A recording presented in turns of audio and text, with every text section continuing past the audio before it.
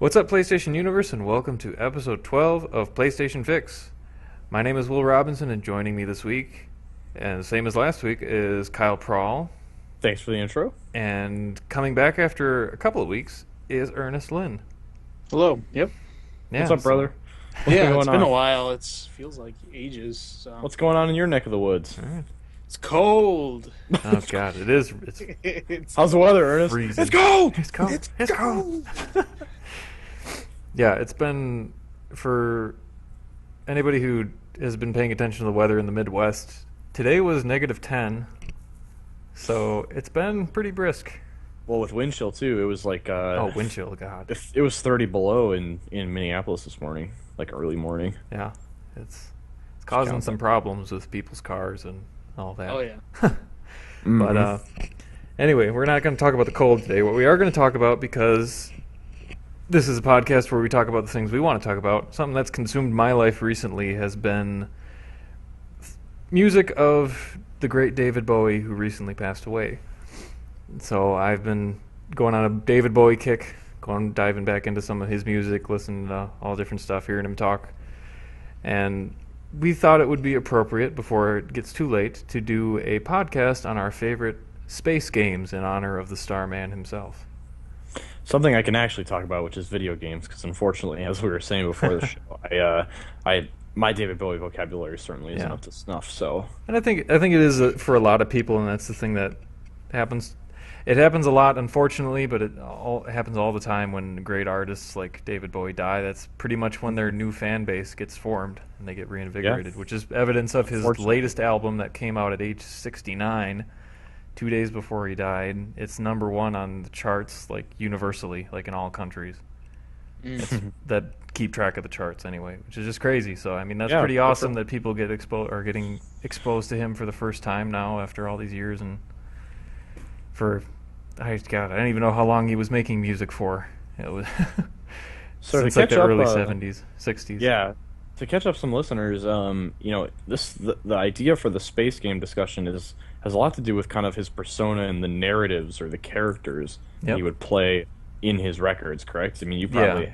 So like, I mean, like one of his most prominent characters that pretty much everybody's seen at some point in one form or another, even if it's in movies or wherever that there's a cameo, is Ziggy Stardust is one of his biggest characters that he does, and he's written a lot of different songs, and one was that the namesake of his album was Ziggy Stardust was one. He's also got Starman, Life on Mars, and all these different things, and a lot of his themes in his music were pretty much alienation was kind of the same thing, and he looked at it in different ways through his albums, but it pretty much all revolved around that, and a lot of it wasn't not just alienation as in aliens and talking about that kind of stuff, but just feeling isolated either internally or socially and that kind of stuff. So I mean, very, very deep guy, but we're not talking about him today. You're not here to hear about him. I encourage you to go listen to his music if you haven't, or even if you have and you like it, go listen to it again.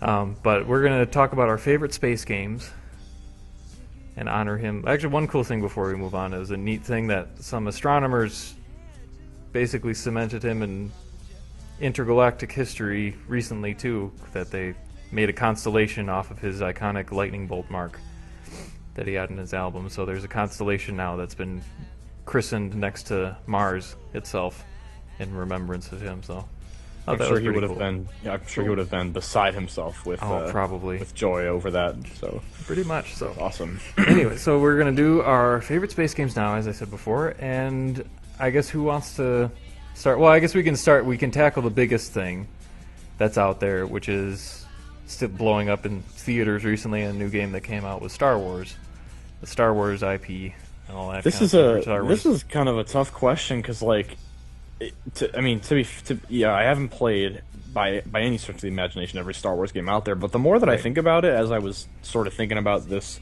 question going in, I'm like, obviously the main ones that jump out to me are the Battlefronts, and we can wax poetic about the old Battlefront games. But there were some side titles I played back in the day that really are just now kind of like coming back to my memory. Like there was Pod Racer in the arcades. Yep. There was, I want to say, it wasn't the official Episode 1 Phantom Menace game, but it came out about the same time called Jedi Power Battles on Yes. PlayStation 1. I remember. Yeah, Yeah. are you down with that? It's a good co-op one. It's not bad. It flows nicely. Yes. Yeah, I mean, it's a fun one. It's not a great game, but it was fun. Oh, I'm so glad that recognized that title. I think I had it on a demo disc. I think it was on one of my OPM demo discs back in the day. So I remember it was a demo inside like a factory, and there was like a conveyor belt and running along. And I think it was Obi-Wan and Qui-Gon Jinn were the two male leads. Does that make sense though? I'm not sure. Yeah, Obi-Wan and Qui-Gon, that would make sense. But those are two of the ones you could choose from. You'd also choose like Mace Windu and a few other ones from the Jedi Council. So another weird one from the PS1 era is, and to be totally honest with you, I can't remember the name. Maybe it will suddenly come to me, but it was a vehicular combat game in the Star Wars universe, but not necessarily like X-wings. The vehicles were all Demolition. Star Wars Demolition, I think it probably was. Yeah. Yes. Oh my god. Did they have like super deformed like big bobblehead proportions? Like with the people like in the vehicles, pilots. Yeah, that does sound familiar. I remember that there were like Tatooine was probably the first level you start off because it was like a Twisted Metal clone, right? And there was all these weird terrestrial vehicles that like were maybe in one scene of the entire movie trilogy, but they found a way to like put it into this game. But I remember there was a Tatooine level near the beginning. You actually fought, I think, on the surface of the Death Star in a later level. Like you were driving through trenches and up over like the metal ramps and stuff. But I totally rented that one right alongside Jedi Power Battles. So that like even predates the Battlefront games for me. And of course, you know, if I was a little older or had a little more PC experience, there would be all those ones like. I actually remember Jedi Knights, Jedi Academy. There was one, I don't know if you remember this at all, Kyle, but there was one in one of our grade school classrooms that had a computer that was a Star Wars game where you were driving, you were flying in with an X-Wing on the Death Star. It was just like this, basically all lines on a screen was all it was for the graphics. And you're flying in, and you have to blow up the Death Star. So you have to do like dodge the turrets and all these kind of things. And like, oh my god, one of the really like, early ones. I can't remember the name of that. I actually tried looking it up like a couple months ago, and you're talking like first grade kind of era, right? Like this is super. This was when like going to a computer lab was like the greatest thing of all time because there were no computers ever. It was the highlight of the week. Yeah, it was like you try to get away with playing as many games as you can without the teacher watching because this is the only time that you have to play games and like ever. This is like on the fringes of my memory because I do sort of remember like the outlines of turrets, you know, because it like you said, it was like a really rudimentary. Yeah, it was just like a black screen with like green outlines. Is like all it was, or white outlines or something like that. It's there, man. I think we share this in our collective subconscious. I'm just probably having trouble digging it out. I know. I really wish I could remember what it was called, but that's one of my first like experiences in terms of Star Wars games for sure. Probably one of the earliest ones. Yeah. And that was just really cool. But yeah, we mentioned it a couple times. We'll talk about the OG Star Wars Battlefront. That I know Kyle and I shared a lot of great memories over that, and yeah, that was always eventually leading to rocket launcher duels on the Cloud City Bridge. Yeah. Yeah, that was back in the days when multiplayer games were just they were just open for you to just do whatever the fuck you want. You know, you couldn't get away with that in today's Battlefront because everything's online and you're match made into a team of people. You can't just hop into these big maps and fool around with NPCs anymore. You have to play by the rules, play by the structure. But yeah, that was a very early bonding experience for us. I mean, we kind of like cemented and deepened our friendship on that. I mean, we were just kind of peripheral friends before that, but so thank you, George Lucas, for our friendship of today. All people, not LucasArts, not Well, I mean, he birthed the idea of Star Wars itself. He so did. That's fair. He's ultimately responsible. He's responsible for more than he realizes, I'm sure. Yep. Oh yeah. Some people aren't happy. That God, just everything about that game from the way. Because I remember the first time I played it, it was a rental. I mean, the renting theme is going to come up frequently in this conversation, I think. It was a physical rental, and I just, from the first outset, I think the very first map I played was not the Tatooine map where you walk through the city streets. It's the one where you're kind of on the outskirts, and it's like built around this big rock pillar in the center, and you've got some destroyed Imperial ships kind of surrounding it. But I just, the way that game handled auto aim, I mean, by modern standards, it was a really snappy aim, and like, it's a little bit, you can lead for days on that and still kill it. Yeah, it was insane. But at the same time, it made it, I mean, it made it really accessible. Like it was really easy for me, having never played this over-the-shoulder shooter, to like really feel like a badass and like immediately doing well. I think it is one of those things where some of these old games, like when you get into a multiplayer setting, it's like when you have two people who are about equal skill levels, like they're just gonna trade kills for days because of the way the aiming is handled. Oh god, because like if you go back to anybody who has played them, or if they haven't played them, I would encourage you to go back, especially if you are like big on shooters, like today's shooters. Go back and play those, and you'll effortlessly get like 40 to 50 kills your first like match, like easily. It's just ridiculous. It's so much fun. It is. It really was, man. Yeah. Great maps, great times. That was awesome. Yeah. So this is, and then Battlefront 2. We'll walk right into that one too right away. That one had the introduction of the best things for like the start for like the heroes was like one of the best additions, I think, for that. It just added a whole new level to that game that just made it fun, and you just goof around and just feel like a badass even more. So pound for pound, would you take the sequel then in a vacuum if you had to choose the game that was, classic scenario, deserted island? Which game do you have with you? Is it 2? I would choose 2. Gameplay is better in 2. I mean, in terms of just general mechanics, like there's a sprint button, like you can actually run fast. So that's pretty nice. Otherwise, maps. The first one, I like the feel of the first one more. I like the visual style of the first one more. Like it feels more classic Star Wars. It's grounded more in the classic Star Wars versus like the prequels, the prequel trilogy. Like visually, it's more tied with that one, and I just kind of like the old school feel of the first one more. But yeah, there's a purity in that gameplay too. I mean, like it's great with 2 how you add more classes and you have the hero battles for just some gameplay variety. But even as I was kind of ragging on the simplicity of like the aiming and stuff, like there's something that feels kind of timeless about the whole thing. Yeah, and like going back to it now, like it would totally be muscle memory if I were to play it again. Whereas with 2. It's just one of those side effects. As you deepen the mechanics and as you deepen the feeling, it takes on a different identity, not necessarily a worse one or a better one, but just that's true. There's something to be said for the purity of the original. And I also I'm gonna say too, there's a lot of people that hate on the prequel trilogy. I'm not really one of them. I think they're decent movies in their own right. So it's like I'm not picking the first Battlefront just because of the fact of me hating on the prequel trilogy. Mm-hmm. It's like I like the kind of the presentation of the first one a little more, and I think the second Battlefront 2 is more well made, easily. Like it definitely is because they learned a lot from the first game. Yeah, but more to do certainly. Yeah, I think if I wasn't totally stranded on a desert island by myself, if I had like one person with me, that would be the co-op game that I would definitely pick. Sure, just the original one and go through all that. Remember the stalemates you used to get into in Galactic Conquest? Because it was so rudimentary, and like you just lock yourself because the maps were so heavily weighted toward one side or the other that if you just kind of gravitated towards the certain configuration of planets, you would just get gridlocked with a decent player as your opponent just for days. Like you'd go on trading those map spots and never give an inch to each other. Pretty much. Ernest, what are you mentioned liking 2 more? I mean, when did you play these? Like when you were a teenager, when you were a kid?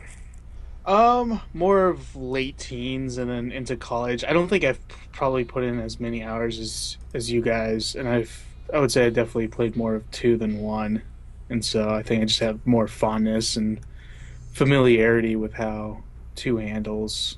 Okay. Yeah. Makes sense. Yeah. So I think probably my all-time favorite Star Wars game is Star Wars Bounty Hunter. For me personally, that's a game that it still holds up today mechanically, which is just unbelievable. That was the one that starred Boba Was it Jango Fett? Jango Fett. Jango Fett. Jango Fett. Oh, Okay. it's just like the whole, everything about that game. I love it. Just like, and a lot of it's nostalgia based. I know that. Like, I definitely acknowledge that fact, but still, like mechanically, for what it is, it definitely holds up today. If anybody wanted to go back and play it, and that's. Is it fundamentally like a third-person action platformer? I mean, is that kind of where you'd put it? Okay, that's like, so it's not really it's not really over-the-shoulder shooting so much as it's like kind of a shooting platformer. Yeah, I would say that for sure, because shooting is not your main mechanic really in that. I mean, it definitely is when you're like fighting people and you're coming around, but it's not locked to the crosshairs nearly as much. Like, you can strafe and like not even look at your people, but like Django will still be shooting at them. Or like, it's just like, it's one of the coolest things where he's got the dual blasters and you're running around, you got both of them aimed at one guy and you're fighting and shooting, and then another guy will come into his frame of view and then his one hand will just like switch to the other guy, so now you're just pissed, like firing back and forth, like, or like alternating shots between the two enemies that you see, and it's just like seamlessly done, and it just feels so awesome because you're just like taking on two guys while you're flying away on a jetpack and just like going up to another level, and you can come back down with your flamethrower and go after him. Or the whole mechanic and idea of like, if you tag people for bounties or inspect them with your helmet to see if they have any bounties on them. If they do have bounties, is it more if you get them alive or dead? And if in order to get them alive, you have to tie them up with your like rope that you have, the cable that you shoot out of your arm. And it's just like, there's so many layers to that game that are just done so well. It's just like, you would never think that it was like how most games, when they're based off of any kind of movie, even Star Wars, usually they reach some level of mediocrity. But I never found that when I played Bounty Hunter, except maybe in the story. Story was kind of meh when it got towards the end. There's a slim chance, I would say a chance, but a slim chance that you could actually see the game again with the PS2 to PS4 upscale program with the trophies and everything. Wouldn't that be sick? That would be pretty crazy, but I mean, I can see it right now on my game shelf. So, but yeah, the trophies would be pretty awesome if that happened. But I don't know. I'm not going to hold my breath on that one yet. But that'd be awesome. No, it's certainly it's a slim thing, but like you said, you can always just pop it in when you want to play it. I actually, while you were describing that, I forgot about an early one that I think I played even before those PS1 games. I had Star Wars A New Hope on my original Game Boy Pocket. Oh, I have Star Wars. I think I have Star Wars A New Hope on Game Boy. Yeah, like old school Game Boy cartridge. Yeah, super old school gray cartridge. Yeah. I don't even think it, because I mean this is original Game Boy, so I don't even think it had like color graphics. Because I remember, and you're probably thinking about the same game then, where the game literally starts with you in Luke's speeder on Tatooine, and it's kind of like a weird sort of Zelda-style map where you go from spot to spot, and like, it's all 2D like platforming once you get into a location, but like, between the spots you have, like you use the land speeder to get to and from. Are you thinking, is this the same one? I'm trying to think, I gotta look to see the cover of it. I know I have one. It was hard as shit. It's super hard. You start as just Luke, like in this random thing where you have no idea really like where you are. You're just like, these things are there, and it is old school platformer. Oh my god, you had the like the poison dripping from stalactites in the ceiling. Yeah. And like, oh god, yeah, and it was like there was so much. Return of the Jedi. That's the one I have. Oh, that's the one you had. Okay. Yeah. No, I don't know, man. In New Hope, you had like, not only would you have that shit flying from the ceiling, but there was like stuff off screen flying at you that you wouldn't be able to see coming, and it did switch perspective occasionally. Like I remember, if you got far enough in the game, you would just be randomly playing as Han Solo suddenly, or randomly playing as Chewbacca, I think. Yeah. But I mean, from what I remember, I don't think I ever beat the game. So I would be impressed if you did. Yeah, I did beat Aladdin. I did beat Good. my Game Boy version of Aladdin, so I have some cred. I have some early like licensed Game Boy video game cred. Mm-hmm. But yeah, I just wanted to throw that in there in case any of our listeners also remember that Game Boy classic. Yeah, that'd be pretty awesome. I mean, that'd be cool if anybody can find one of those. That'd be pretty awesome today, just to jump back in there for real big taste of nostalgia. Might be too strong for most people nowadays, I'm guessing. So then in slightly more recent years, I mean, obviously the games that have such amazing reputations are Knights of the Old Republic and Knights of the Old Republic 2, and I've always really wanted to get into those games because it's like one of BioWare's first kind of mainstream efforts, like one of their first games that broke out in a big way. But I don't have an original Xbox, so I have to play the PC version, and at least the Steam version of KOTOR 1 is just really poorly optimized for modern machines. Like, the CG cutscenes don't scale up to 1080p, so you're looking at this tiny like window. Yeah. And there was just enough like PC weirdness and just enough age showing that I had a hard time getting into it, but it's too bad because like it's right up my alley, I feel like. Yeah, I'm kind of in the same way, as that it would have been nice to jump into it when it started, but I just kind of feel like that window is just passed for me to be able to jump into that again. And I always get excited when new trailers for it come out. Like there was a new trailer for some expansion for the Old Republic, the MMO. Maybe it was. The MMO, yeah. Like 2 years ago at E3, and it looked super badass. And then was it the one where it was like two brothers? The twins, yeah. Yeah. It looked really awesome, and then I remembered that it was like, oh yeah, it's not going to look anything like that in the game. Because it's just how the game is, and it's like it's not a fault of its own, but it was just a CG cutscene for a game that does not look anything like the CG cutscene, which happens all the time now. But yeah, yeah, I'm the same way. I can't go back. It's hard to go back to playing the KOTORs just because they're aged experiences, and then playing the PC. A lot of the PC ports of the older Star Wars games aren't too good. It seems like, which is really a shame because like when I see like greatest Star Wars game of all time lists, I tend to see some of those older ones like TIE Fighter, and Jedi Knight. Some of these games that just really probably wouldn't play nicely with modern computers, and even if they did, like with KOTOR, you got to wonder like, how well does the gameplay actually hold up? So I don't know. That's probably just the young like whippersnapper in me talking. Just a guy who just wasn't around to play those early games. Yeah, but, I mean, like at the time when those kind of games came out, that was like, now they're an acquired taste, and at the time they were the only taste. So I mean, it's a very different type of situation. That I mean, it's a testament to how far games have come, but definitely an experience missed out on, which it's only so much that we can do about that.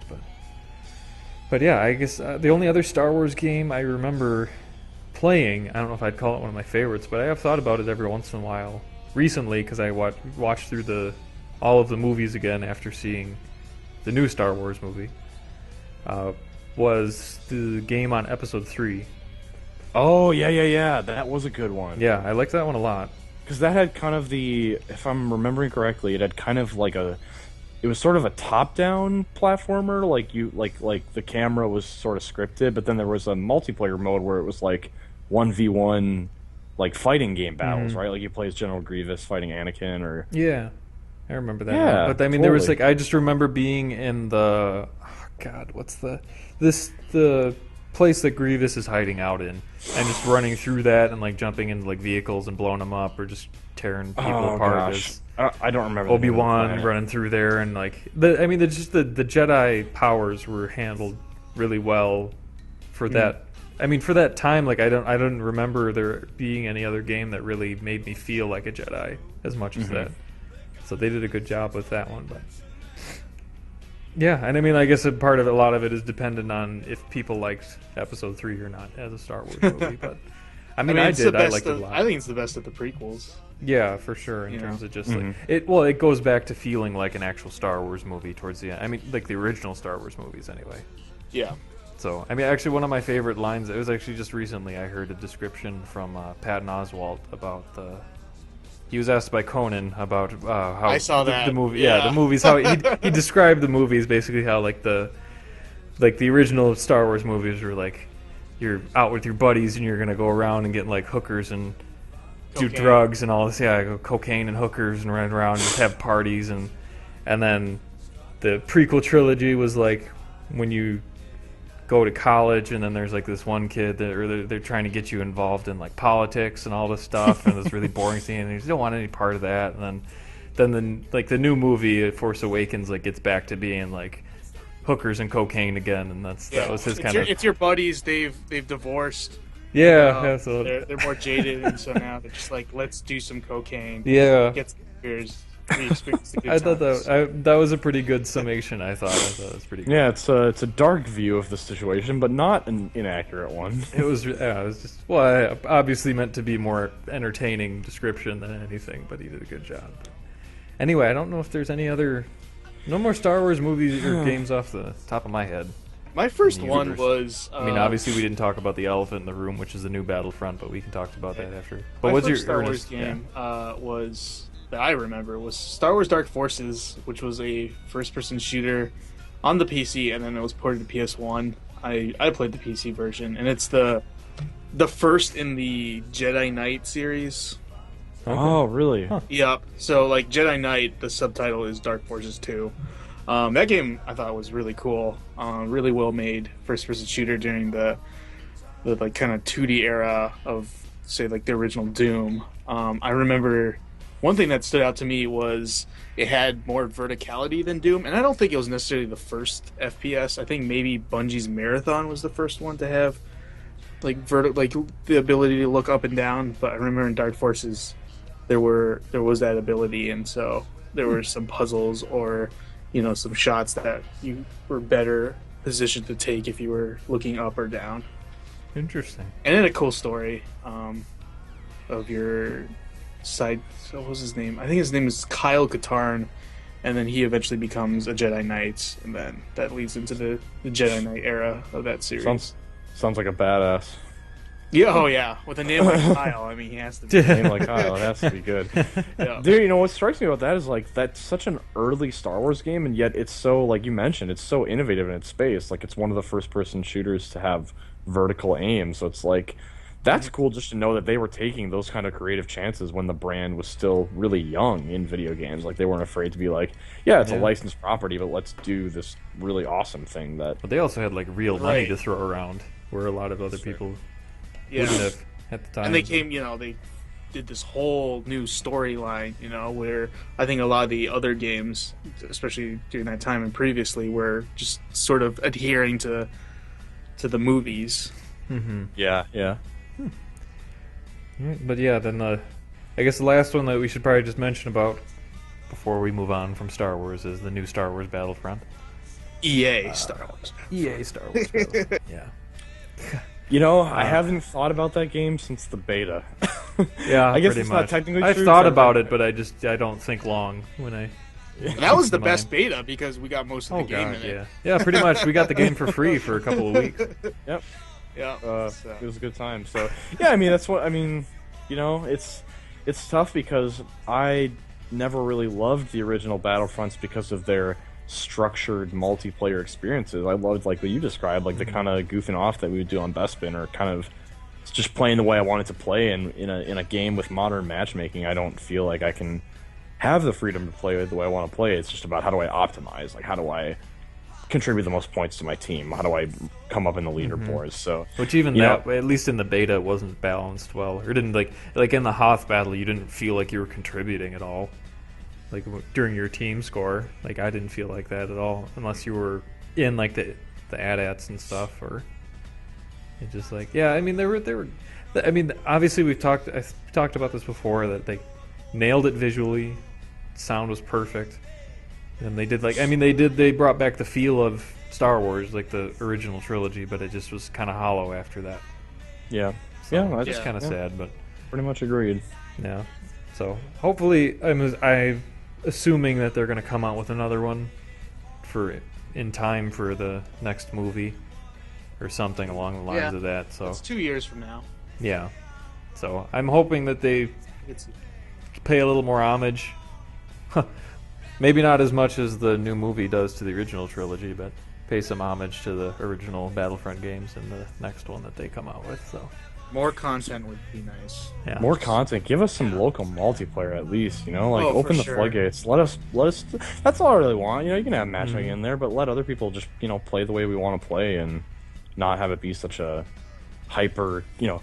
It's got the 2016 plague of being a first person or a competitive shooter in this day and age. Pretty much, yeah. That's kind of what it came down to. But Yeah. we'll see what happens. I guess the other immediate big Star Wars. Not Star Wars. Other big space game. If we're talking about going off of Star Wars, is the movie basically being. What was it? A space. Oh God, I can't even think of the term of how they describe it. Space opera. Space opera. Thank you very much. So that'd be. Star Wars being a space opera. Basically the big space opera in games would be Mass Effect, in my view, anyway. So. Yeah. I don't know. I guess what did you guys think of Mass Effect? We don't have to go into the whole controversy over the end of 3 because that conversation's been had by many other people before us. So it's But So like I came into obviously I held the series in high regard when it was getting all its publicity on Xbox with the original game. And certainly I definitely wanted to play it. So I was really glad to hear that the second was going to come to PS3. So that's where I started. I started with Mass Effect 2, and what was nice about the PS3 version is that it did have kind of that opening comic, so you could catch up on, if not the whole experience of playing one, like you could feel like you were making a small difference with certain choices you could make beforehand. Yeah. It didn't do the first game justice, but it gave you an idea of how things got to be where they were. So that was a good thing. Yeah. I feel like there's so much you could say about Mass Effect, and yet it's almost like nothing needs to be said at all. It's like by and large, I fell in love with it the same way that so many people before me have. I think one thing that I really loved about 2, in particular, is that it has this sort of replayability to it, not just in the way that you can go back through and like make different choices or have a different cast with you during the journey, but there was something about the way the levels were laid out and how I felt like every time I played it, I discovered a new treasure chest or a new room that I just hadn't noticed the time before that. So I played through that game, I don't know, maybe 4 times, maybe 5 over the course of a couple years there, and each time I played it, it had a bit of a Diablo feeling where I felt like I was like running through the same motions, but sort of like perfecting my run or experimenting with my weapon a little bit, optimizing, making sure I got, okay, this chest, because I knew I would need the credits in those chests for this thing later. So I kind of got into that gameplay loop where it just becomes really satisfying almost through the repetition of it. Sure. I don't know, which is the thing. I don't know if many Mass Effect 2 players felt the same way, but it's something kind of unique that appealed to me about that game, beyond, of course, the amazing story and the amazing characters. Yeah. I mean, good that you didn't have to play 1, because 2's mechanics and progression were just much better done. I did play 1 eventually, when it did come. 1 is PS3 such a slow drag. The story's interesting. It's when interesting. it picks up after a while and it gets better, and the ending is pretty decent. Pretty well done. It's a good setup, and then the second is where you really, it was a conduit for greatness. Is how I see it. Mostly my issue with the first one. The pacing didn't bother me so much, but man, was that game unbalanced. Like it had the classic overheating weapons that will not cool down ever if you take too long with them. Yeah, that was part of it. Also, just like the freeform exploration of the galaxy meant that you could encounter a room or a mission that would just, you'd be going along fine, the game was flowing nicely, haven't died in a while, and then just get smacked down, and you could manage to kind of jank your way through by sort of ducking behind this pillar or kind of cheesing the game a little bit. But yeah, there were definitely moments in the game that didn't feel quite right because the difficulty was just really out of sync, or I feel like maybe the pacing, like what content they opened up to you at point could have been a little bit better measured out. But yeah, like I said, it's still a lot of fun. It's definitely one of those where the classic argument of, all right, well, just wait till you hit the 10-hour mark, wait till you hit the 15-hour mark. I think that was totally the case with me, where once I got invested enough, I could kind of look past the janky missions. Yeah, you just have to get used to it. That's pretty much all it comes down to. But yeah, 2 is one of my... the whole series is one of my favorites in games, ever. Easily. And then, 2 is one of my favorite games. And I think 3 executed the gameplay even more, so, did a lot better. The only gripe I had about 3, really, compared to 2, 2 was the limited feel of the universe. Because 2, it made it like I really liked being able to explore the different areas and the different kind of what is that place called? The one where it's like the kind of city. The Citadel? The Citadel? Not the Citadel, but the seedy place that's like where all the druggies and what's her face runs. Oh gosh, there are Mass Effect fans listening to this right now that are just after I said it was one of my favorites ever. Yeah. Oh my god, this is bothering me. But yeah, I think we're on the same page, right? Yeah, I mean, I liked the exploration that you had there, and then like the one right away when you're kind of running through there and doing all the stuff, then there's a mission that takes place in there where there is a lot of gun shooting that goes on, or like that was where you first meet Garrus, and he's known as Archangel in there, and then there's like this whole shootout that happens in there, and then just the building through that, and then how there was the one area that was like quarantined off, and you had to go through there, and they just they built gameplay into their like safe zones. It was just kind of a fun way that they did it too, but there was also just a lot of walking around, talking to people, different vendors, and I just like the randomness of how like if you felt like you needed to talk to every single person that you could in case they had something for you to do or had like a secret thing that they led you to or an item or something like that. I liked how that was handled more than in 3. 3 felt a little more linear in its delivery of the story and moving forward, and part of it was like that's just kind of how the story was, where it was just things are happening very quickly, and if you don't act soon, you're all going to die. It's just kind of how that story just sort of unfolded. So, but yeah, I mean, it's still some of my favorite characters ever. Like Garrus is still one of my favorites, and I like the race of the Krogan. The races are done really well in that, like the Krogans and all that. So. Yeah, it's a really fleshed out world. Yeah. I think it's really impressive how much detail there is. And when you go and read the encyclopedia thing from your start menu and just looking at all of the ways they've fleshed out all the different races and, worlds and technology, I think it's really cool.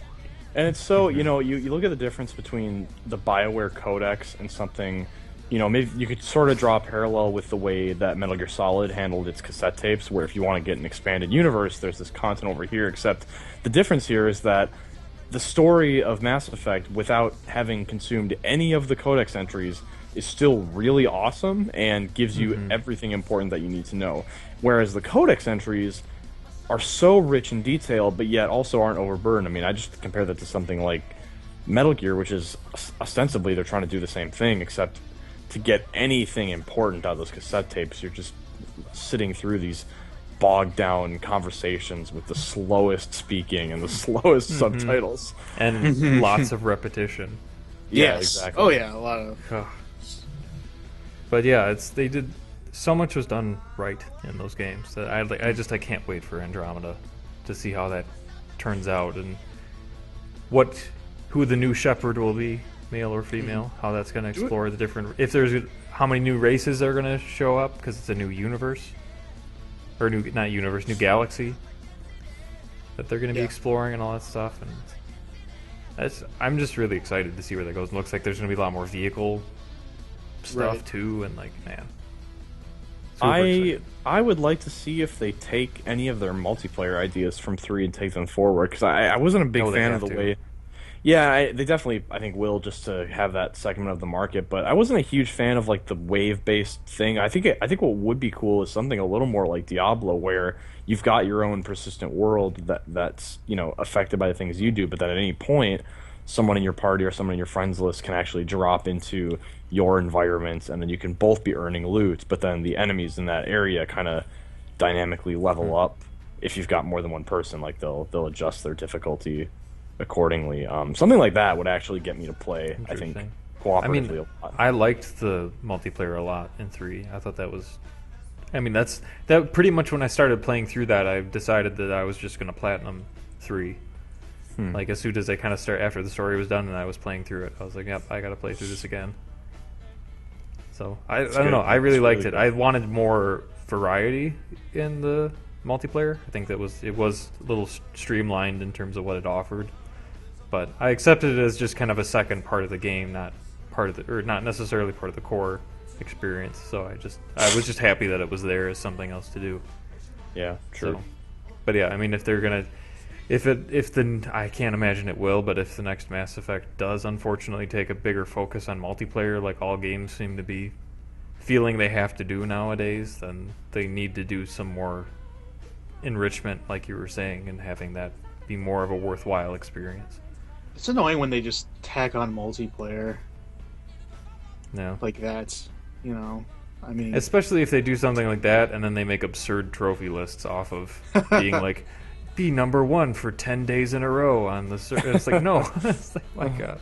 No, we're not doing that. Yeah, pretty much. So anyway, like old Killzone. Oh God. Oh, Killzone. I mean, well, can we count space? Killzone? Yeah, it's space. Yeah, they have spacey. My God, yeah, we can count There's Killzone. some spaciness going on there. Okay, well, I was gonna blow my big pick on Star Ocean, but I'll get to that in a second and just say, yeah, Killzone for sure.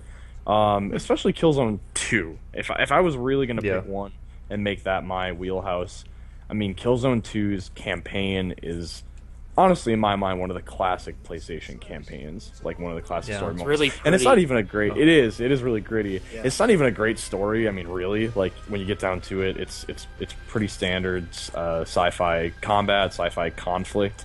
There is interesting backstory with the races and how the Helghast grew, or the Helghan, I suppose, not the military arm, but how they, kind of evolved, you could say, from humans, or devolved, however you want to look at it.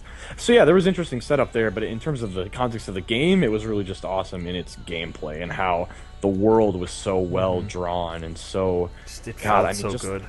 Yeah, the sights in that game, seeing the electric arc towers as these foreboding monoliths of darkness off in the horizon. Like, there's so many vistas in that game that are haunting and beautiful, certainly, but also just so oppressive, and you really feel like you're fighting against that world, and we have to stop this world from corrupting our own world back on Earth. Yeah, my favorite thing about, admittedly, I didn't play much of the other games that had come out since then, but I mean, the stuff that I've seen or stuff that I've played of, like Killzone, what was the new one, Shadowfall? Shadowfall is the new one, yeah. That one was okay.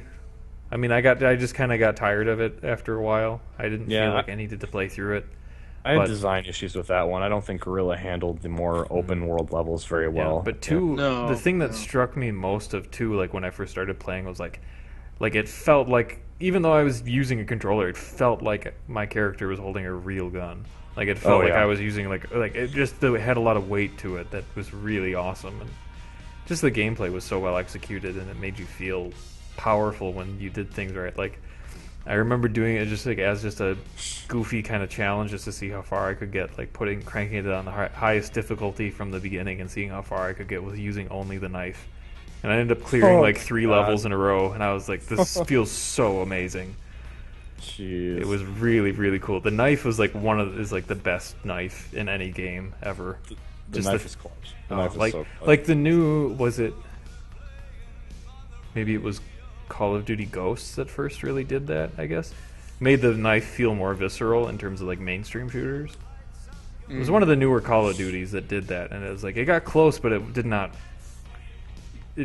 even, it came close, but it wasn't the same at all as to like how it felt in Killzone, just to like that really visceral, awesome feeling of just being a total badass. So, but yeah, absolutely. Amazing game. And you mentioned Star Ocean, so why don't we head down that path now? Let's head down that deep JRPG rabbit hole. Yeah, and admittedly, I said before we started this, like, I honestly don't really know much about the series, so I'm very interested to know, because it looks pretty cool from screenshots and all that. Yeah, I think the best way to kind of think of it as a newcomer is like it's a JRPG take on like the Star Trek formula. So there's always an element of space. Well, the way Star Trek kind of plays with the unknown, like how a planet can feel unfamiliar, or how a planet's race is, there's the, I cannot remember what the name of the treaty is in Star Trek, but there's the classic rule that says we can't interfere with the lives of people on other planets, we can't introduce them to technology that they shouldn't have yet, that kind of thing. And Star Ocean plays with that expectation to some extent. So yeah, JRPGs, or action RPGs rather, going all the way back to the original entry on the Super Nintendo. But I first became involved with the series on PS1 with Star Ocean: The Second Story, and it was, I guess, innovative or interesting at the time because you had two main characters whose lives intersected very early on in the story, but you could choose to play the game as either one of them, and in doing so, you open up a lot of scenes that you only get to see in one side or the other. Like, for most of the time, their lives are intersected and they're part of the same party traveling around, but there's definitely extra dialogue. I think one of the characters has an exclusive party member that's only in their track. But, I mean, that's interesting in and of itself. But then, aesthetically, I think what was really cool about the series is the way it combined some of the, just like the trappings of like a medieval RPG, like especially with Star Ocean 2, the planet you explore early on, it's indistinguishable from your average, Final Fantasy continent, except with the side effect of, well, your character, the space traveler, is stranded there and his phaser doesn't work, so now he has to learn how to use a sword, and he's not initially very skilled with it. But then later you get to actually unlock some of the equipment that has been dysfunctional all this time, and actually start to use that too. So the battle systems were always great. The Star Ocean 2 on PS1 was a little bit, I don't know, it had PS1 JRPG difficulty, you know what I mean? Like, it's you have to get invested enough to have the patience to get through the tough parts where your checkpoints are few and far between, but definitely very rewarding on the other side. And then I wasn't a huge fan of Star Ocean 3 on the PS2, which was Star Ocean Till the End of Time. A lot of people liked it. I wasn't super big into it, but Star Ocean: The Last Hope, which it was entry number 4 on the PS3, that's a title that I think people could safely check out to see if the series is right for them. Fair warning, it has never been a very well-written JRPG series, or well-voiced, I should say. There are some voices in the Star Ocean: The Last Hope that are like Titus level, worse. Or Titus. Titus is my how I pronounce it. Far worse. Far worse. I mean, this so is like even worse than the awkward laugh scene in 10. There are moments. Or is it just like that the entire game? It's that the entire time. Yeah, God. like I had college roommates that would have to leave the room when I was playing it because it's just that. There are times when it's that bad. Is there a Japanese track to it, or? Yeah, there might be. Come to think of it, I would go that route. I would definitely, if there is a Japanese dub, I would definitely play with that turned on. But you know what? But even so, I was able to stomach that because the action battle systems of those games have always been so good. The way they handle counters, the way some elements of like crowd control come into play. Like there's a character in Star Ocean: The Last Hope who fires missiles from a shoulder unit, and he's comes into play specifically for his strengths of crowd control, like pepper the outer edges of the battlefield with missiles to kind of keep guys close in, so that the main character, who's kind of your melee sword fighter, can effectively get to them without wasting too many steps, without wasting too much time. So it's funny how these things kind of affect your normal JRPG sensibilities of like, okay, what do I spend money on? What do I what's worth MP or what isn't, and then you've got all these extra things, which to me, what's always been cool about action systems is that it's kind of like the full representation of what a turn-based system is trying to be. Like, I feel like the turn-based systems of old were maybe to some extent a limitation of the platform, but really, if you imagine what those battles actually look like, they probably look a lot more like these action systems. So that was always appealing to me, plus the space travel and all that cool stuff. I would definitely check it out, though. I mean, they're all available pretty cheaply, and the PS1 version, Star Ocean: The Second Story, actually got a remake on PSP a few years ago, and I want to say it's gosh, I'm trying to remember if there was a Vita release of it or if it ever ended up on PlayStation Network, and I'm not sure that it did, but there's a few ways to seek it out, and I highly recommend them to JRPG fans. At the very least, see if you can get past the voice track. Because if you can, there's a very meaty RPG, a very long, epic RPG that awaits you. Sounds cool. Yeah, excellent space games. Awesome. Well, there was another one that came to mind for me as we were talking, which is another game series that was based off of movies, which were the Chronicles of Riddick games. Oh, and I really liked those games. Partly because I really liked the Chronicles of Riddick. Dark Athena was really good. Yeah, Dark Athena, I played through that one fully and beat, and really liked it. Escape from Butcher Bay, I got through most of the way, but then there was a point where, like, I just could not progress where I was. Or, like, I missed something, or I couldn't figure something out, and I stopped. I got distracted from that, whatever, and I never got to finish it, which is kind of one of my few gaming regrets, was not going back and figuring that out and finishing it. But yeah, I love those games a lot. I thought they executed a lot well, and they did, for what little you saw particularly in Escape from Butcher Bay, which all it is escaping from Butcher Bay, which is this prison, like this massive prison where the worst criminals of the galaxy are held.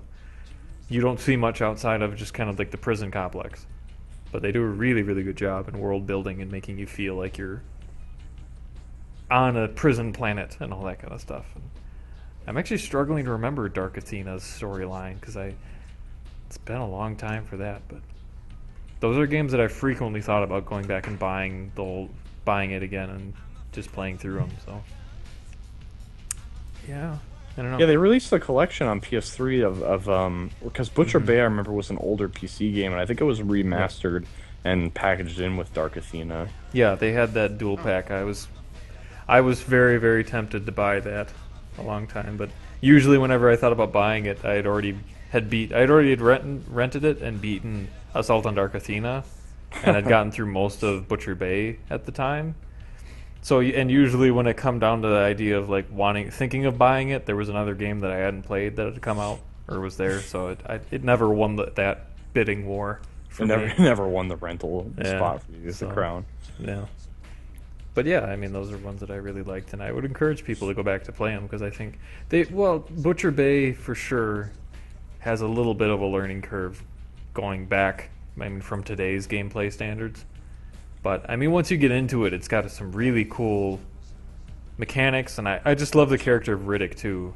Just the idea of him, and then having the shined eyes so he can see in the dark, and all this stuff. And there's a part, I think, in Butcher Bay, is like you go through, that's before he has the procedure done on his eyes, so he can't see in the dark. And there's one part in the game where it's like, it literally is just like this like hallways that are like this kind of maze-like type of thing, and it's just pitch black and you can't see anything, but there's like things in the maze and you have to try to like not get killed by them.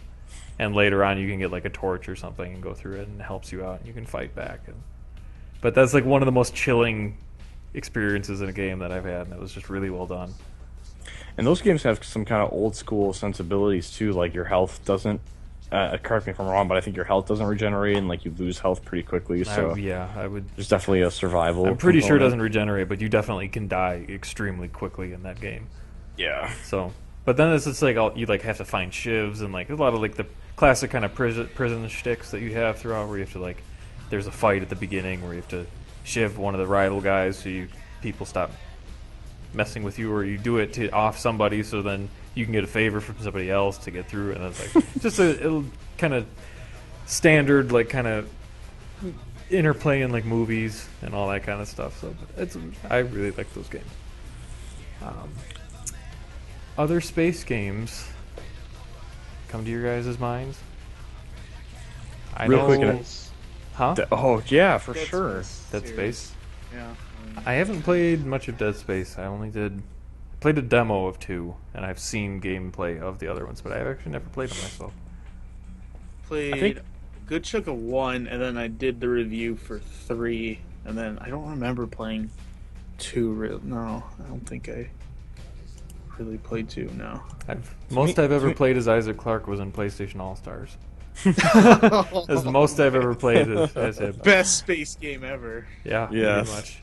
Admittedly, they did a really good job with his character in that game, so you have to give them props. But anyway, yeah. If anyone listening hasn't ever given Dead Space a real shot, I mean, just imagine like the kind of feeling of Resident Evil 4, except perfected to be a better like twin stick kind of aiming shooter. And then the environment in Terror, especially in 1, is just, I mean, like, there's not much else in sci-fi horror that really stands up to it. Soma is actually one that I kind of thought of after you mentioned Dead Space, which just came out this year, and but I'm trying to remember, is Soma on a different planet or is it underwater? Yeah, I think, okay, it might just be underwater. It might be terrestrial. I didn't think it was a space game, yeah. It sure feels like it. Let me just say, I'll just say that. It sure feels like a space game. Which actually calls to mind, too, System Shock. I don't know if you guys have played much of that, but the precursor to BioShock. I played Spiritual System predecessor. Shock 2. Exactly, yeah, spiritual predecessor. Yeah, System Shock 2 is just a classic PC RPG, or shooter RPG. And really, like, one of the first to really influence everything that came after. It's so funny. I mean, going back to play, because I, played BioShock first and kind of started to learn about System Shock's reputation through that. But going back and playing System Shock, other than being one of the scariest fucking games I've ever played, like, you totally see a lot of the BioShock gameplay concepts, like the earliest versions. Like, it's got, similar character upgrading as, like, the plasmids. And some similar systems in place, so definitely recommend that, especially since there's a new studio working on a third game in that series, so now would probably be a good time to go back and play the old one. I know there's graphics mods out there too where you can kind of bump it up a little closer to modern standards, because that is one area in which it has aged not super well. Yeah, it's usually pretty cheap to pick up, and they finally, with the Steam release, kind of gotten working well on modern PCs. Because I know before that there wasn't a Steam release, and it was hard to get the game, especially System Shock 2, I think, in particular, to get it running on modern computers for whatever compatibility reasons.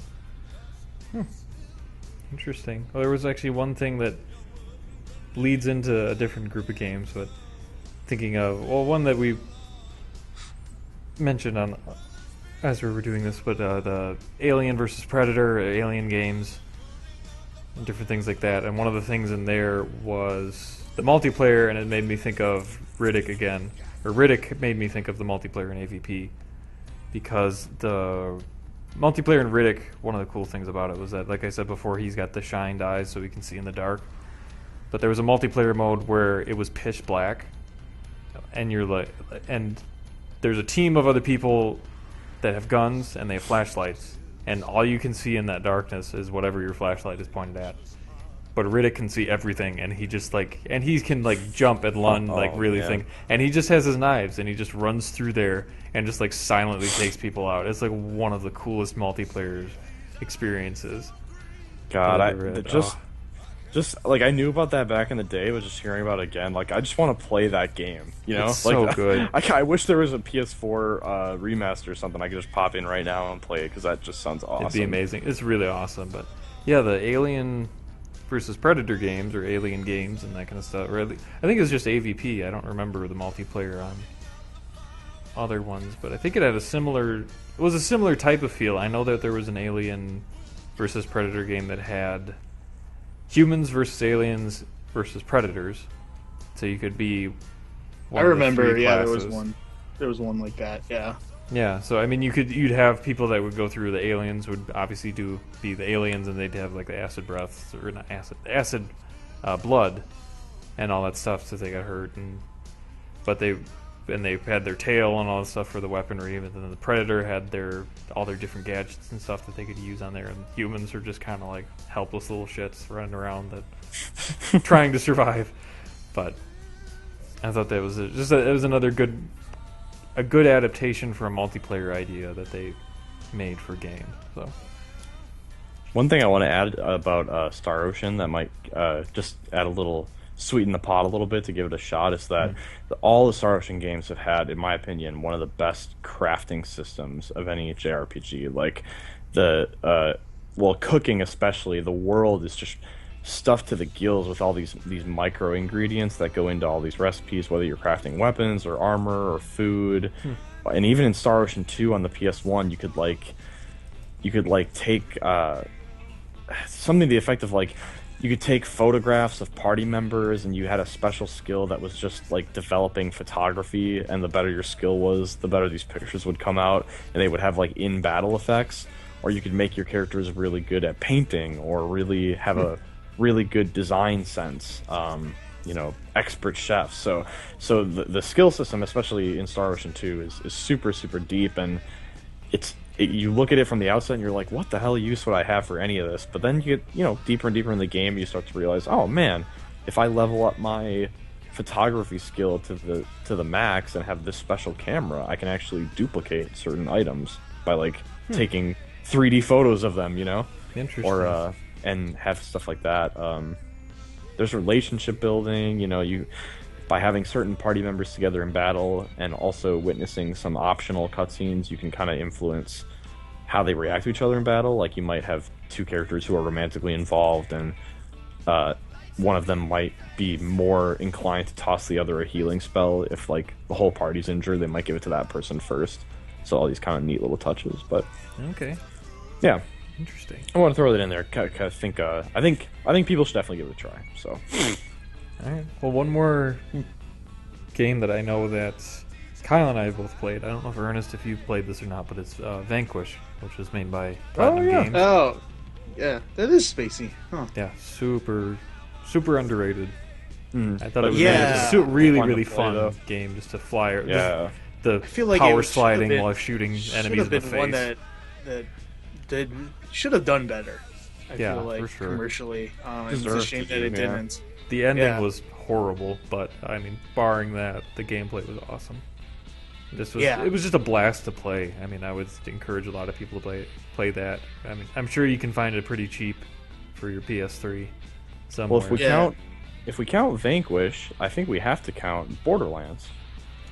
Yeah, that's true. Yeah. That's space games. Yes, that's true. I'm happy to count sequel that because I especially. absolutely love the Borderlands games. Jump so over yourself to count Borderlands in part of the conversation. Yeah, I'm happy for that. For sure. I think we'll definitely see a Borderlands 3 before all is said and done. Possibly sooner than I hope we so. realize, but I have to imagine that even though Gearbox is gearing up to release Battleborn, which could become our new isn't the favorite space same game. I don't know. No, it isn't the same, I'm and I just- do yeah. think they have another team working on it on Borderlands 3. So That'd be good. I mean, like, part of it is the style of like really like high resolution, slightly cartoony look just does not look as good in games to me versus like the cell shaded, which is what like Borderlands was cell shaded, and then Battleborn removed the cell shading, but it basically kept the same cartoony proportions, but just made it high res, kind of closer to more of a Pixar type. yeah, I guess kind of experience, and it just to me that I don't know, it just doesn't. Well, part of it is just I want it to. It feels so much like Borderlands in a number of ways, but it just isn't, and my brain has that like mental block that it's just got to get past. But it was a lot of fun to play. I just don't know how deep it's going to be as a experience for a single person, I guess at least. Yeah, it know doesn't what I'm saying. seem like it will be very deep for a single player experience. No, but not really. Which is I'm kind of disappointed in, but I don't know. Well, it'd be interesting to see what happens for that for sure. But I guess going along with the cartoony and the lighter side of space games, big one that we haven't said yet is Ratchet and Clank. oh yeah, totally forgot that. That's like, oh. That's such a focal point. I mean, that takes up gosh. like 60% of like the space of games that all we've those mentioned. space games that yeah, for sure. The number of It's games that a have come out. series. I mean, that's one of those that for me has had only a couple points that weren't just the ultra highs of like these amazingly polished platformer shooters. I mean, like Deadlocked was one of those. Fine, but didn't really feel like in the spirit of a Ratchet and Clank game. All for One was kind of in the same boat. But then, yeah, I mean, you look at the rest of the series, and it's just hit after hit after hit. And you know, for a guy like me who puts so much value on the experience of a game and what it felt like to play it when it first came out, I never thought any of them would top Going Commando for me. But I would peg my favorite as A Crack in Time for sure. Yeah, I did get a little bit of a Ratchet and Clank burnout after it got to after Tools of Destruction. Like, Sure. Getting kind of after like getting towards that and afterwards. So A Crack in Time didn't hit me as strong, going into it. It still doesn't mean that I disliked it by any means, but it was. Mm-hmm. I mean, it's still every once in a while I look at my game shelf and I think about popping that in and just playing through it all over again. So, and like, yeah, well, I mean, I'm really looking forward to the reboot. Gosh, yeah, it'll just be a perfect palate cleanser. We played it at E3 this past summer, and I went into it with kind of the concern. It's just the way they've kind of muddled the messaging around the movie coming out at roughly the same time, and it's like I didn't really know what I was getting into with this game. Like, how much is it a movie adaptation, or how much is it like a true Insomniac game? And it definitely feels more like the true Insomniac game. Like, even from that limited demo, I'm like, this is better. Like, this feels better than any Ratchet game I've played, and that is saying something. Like that's why it was surprising how quiet it was at E3. Like, I didn't even know that it was there until we saw it on the floor. So that was kind of a strange thing. But yeah, like you said about the messaging, they had a trailer that came out that the title of it was saying like the game based on the movie based on the game. So it's which is it's clever and it's kind of quirky, but it's like that doesn't explain anything to me. And it still kind of has me going, oh, okay, so it is a movie game. Yeah, because like the trailers for the movie seem so crammed with like the storyline of all three of the first games that it seems like, is that what this game is going to be like, or is it going to be like a true like recreation of the first game, like a retelling of just the first one? But it's hard to say. But yeah, I mean, obviously looking really forward to it. Even some of the like the PSP games I had fun with, but not nearly on the same level. But it was nice to have Ratchet and Clank on the go with me everywhere. We might be pushing the stretches of our limits now, but I think if we've mentioned, these kind of interplanetary games, or rather extraplanetary games like Borderlands and whatnot, I mean, would you count something like a Jak and Daxter being in these foreign worlds? And an interesting point, but they don't really do any kind of world hopping. Yeah, they have aliens coming in. You're right, though. They do. There's Borderlands plays up the fact that you're exploring a foreign planet, I feel like, so Jak probably doesn't get they're far. vault hunters that go around the galaxy looking for vaults. Yeah. And Hyperion is in space, and you fight in there and all that stuff. So I think that qualifies, kind of. I mean, it barely qualifies, but I don't think Jak and Daxter would qualify. Yeah, I mean, of course, clearly I'd be happy to talk about it, but I feel like that could be for another podcast. Maybe we just do a podcast on the old school PS2 platform. We do the throwdown, the definitive verdict on Ratchet versus Jak versus Sly Cooper. Oh, good point. Fair point. The trilogies. Yeah, I'm trying to think of any other space games off the top of my head. I mean, those are clearly, in terms of favorites, those are the first. What I said were the first ones that came to mind for me. So. Yeah, for sure. Yeah. Nothing else coming to me either. No, I mean, I think that was a robust list for anybody who's interested in space age games or any ones that they haven't come back. I guess we can talk about some of the new ones. I talked about a Mass Effect Andromeda. It'll be interesting to see if Horizon Zero Dawn could be considered a space game.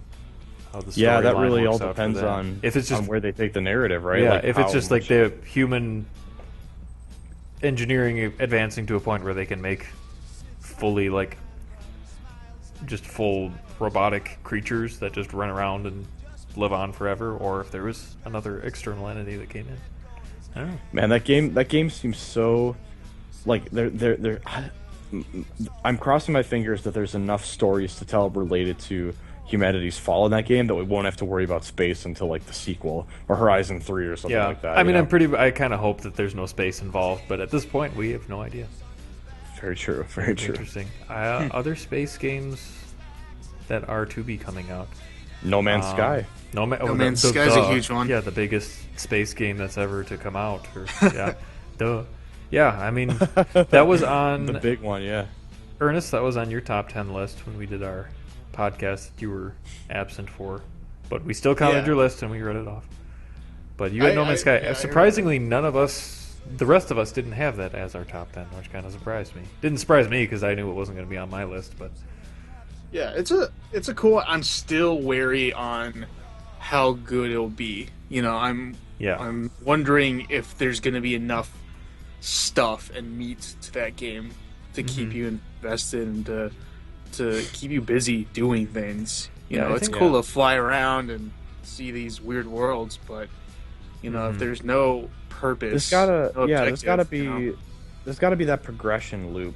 Like for me, like even if, like these can it's be it's the minute to minute gameplay that I'm not sold on yet. Yeah, exactly. And like there can be like I don't even care if the tasks are repetitive or if it's basic things like mine minerals or exactly, or if I have a clear visual indicator of the progress I'm making and how like okay, cool. I know I'm making progress because my ship is growing visibly, like it's upgrading its wings and its engine, and I'm seeing planets and I'm like moving closer to the center all the time. Like, I'm right there with you. Like, I'm not sold on those things, and like that's enough to me. Where, from what I know of the game and have seen of it, I totally know it would be in my gaming personality to play it for maybe a weekend or a week or two, and then kind of be like, all right, I feel like obviously, I don't. I've gotten enough of the experience. Yeah, right? But I've seen the symbolic representation of everything. Yeah, exactly. Yeah. So. Yeah, and I'm just more worried that it's gonna be like basically Minecraft without the building. Like that's kind of what I feel like. Yeah, that's what I feel like it's gonna end up being. From what I've seen. That's one thing I've been wondering about. That is, are you gonna go to these these new planets, and are you gonna be able to say build settlements or something? Yeah, I mean, I think that would be an awesome thing to see, like, after the user base kind of gets seen, how many people are in there, how many people are actually repeatedly seeing different planets that other players have been to. Yeah. Because what they've been advertising, it sounds like, theoretically, everyone could play this game and never cross the path of another person. That just could get lonely. Yeah, that just could defeat the whole purpose of being it online together. So I mean, but that would be a cool thing if they did allow for colonization between like players to help like kind of make buildings or like design their own stuff. Little towns. Yeah. And just say, hey, we found this planet and this is what we built here. Mm-hmm. Or you just have automated like NPC creatures, like inhabitants of the planet. If they're of a certain intelligence level, they have their own villages. Colonists. Yeah. Or you can work out, that'd be fun, or like work out like resource trade agreements. I mean, turn into kind of like a civilization type of game in 3D. I mean, it's got a lot of potential, but it's too much unknown at this point to really cement my trust in actually wanting to play it. I'll be interested to know what the price point comes to, though. Yeah, that'll be interesting. Yeah. Another upcoming one will be the one for PlayStation VR, Valkyrie, which that's right. I've played and Kyle I know has played. Yeah, I've played a couple times actually. That was the very first VR thing I ever experienced at EVE Vegas, a fan convention, a couple years ago, on an early Oculus dev kit, and just again recently at PlayStation Experience, I played the most recent version, presumably what'll launch alongside PlayStation VR this summer or whenever. Right. Wow, yeah, that's man. It's tough to like separate in my mind the fact that to some extent what's so fascinating about EVE Valkyrie to me is that it's like the first space game I've ever played in VR, and it looks amazing. It is probably the best looking VR game out there anywhere. So just, when I think about what my favorite space experiences are, like, I mean, Valkyrie just stands out to me because it's a VR game. But I tell you what, there is nothing quite like feeling, if you imagine yourself in the cockpit of that ship, you bank forward, you roll to the right a little bit, you come swooping around the bottom half of this juggernaut ship, as you're looking over your shoulder at dogfighters following behind you. I mean, the concert of all these things, it's just it so puts you in the moment, and it so gives you that presence out in space, and it's easy to get disoriented because you can flip the ship completely 360 degrees and be suddenly flying upside down, but you'd never realize it because you're out in the nothingness of space. Yeah. Yeah, it's wacky, man. It is a trip. It is a trip. It is really want to be. Yeah, I really want to play that too. Just from what I've seen and hearing you guys talk about it in the past, like that seems like the perfect escape, just to have like a really good time. Good introduction to VR. I think it's really well made. Oh yeah. And I think that's part of the wise decision that they made to bundle that with pre-orders of Oculus. Yeah, for sort sure. of a showcase experience for VR. Yeah, and to me, it combines a lot of things. Like, it combines, the feeling of presence where you can look over your shoulder or down at your feet and it'll track with your head, so that's a big thing. It takes this sort of fantasy that so many people have had since they were kids or young adults of being in these epic scenarios, and so it sells you on the action-packed element. So it's just the way it combines all these things, and then with amazing visuals, and then with you're flying against other, fighter pilots in multiplayer. Like, it captures all the elements that I think VR really needs to sell it to like the casual person who doesn't even know that this is coming to market very soon. Yeah, I think it's a safe one, and then you still use a very traditional kind of controller to shoot. Yep. So it's not introducing some really unfamiliar sort of motion control that users are going to have to learn and get integrated with. Awesome. The court. So, and then I guess for one last game that I know of, for sure, I mean, we can have another game that we talk about after this, but for me, anyway, the last one that I can think of that will hopefully kind of capture the feeling that I had gotten from a trailer a long time ago that was about Prey 2, which got canceled and scrapped and never came out, but looked like this badass experience, is the new game from CD Projekt Red that's going to be coming out. It's Cyberpunk 2077. Oh, for sure. That after playing through The Witcher and just like that world, I can't wait to see what they do with a totally new universe and expanding in that and making it feel like a real like space age city and landscape and all that stuff. So yeah, I can't wait to see how that turns out. But that's quite a ways off, isn't it? I'm trying to think. Oh, it's announced in 2012, so I mean, they've been. So. Yeah, it's supposed to be huge. I think they've said it's supposed to be even bigger than Witcher 3, which is wow. That is quite an undertaking. It's scary. My quite God, frankly. No, it's frightening. Will they be able to fill it up with? Would you guys like a single-player, richly detailed RPG that's bigger than your average MMO? We've got something for you. It's called Cyberpunk. Pretty much. Yeah, I mean that's. Man, yeah, I can't wait. But yeah, based off of the tabletop RPG series, I guess. So I mean, it'll be amazing to see. Well, I mean, hopefully it'll be amazing to see the transformation of a tabletop game into a real 3D universe that you can explore and run around and all that stuff. That's hopefully does a better justice than most of the Dungeons and Dragons games that have come out. It's based off of that game. I have faith in them for how they've handled the Witcher games. Yeah, I mean, even if they just reskinned The Witcher as like a sci-fi universe, I mean, like that would still be an awesome game.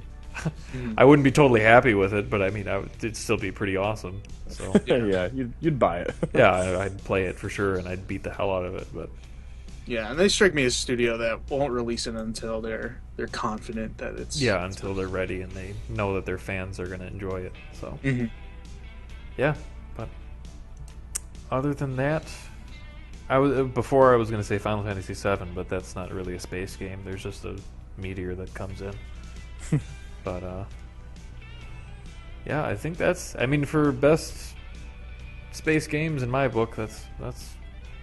I think we listed all of them so far. PlayStation space games, yeah. Yeah, it's pretty awesome. So, any other games that you guys wanted to add before you close up on this topic? Not me. I don't think we covered it. Well, good. Yeah, so I mean, hopefully we did.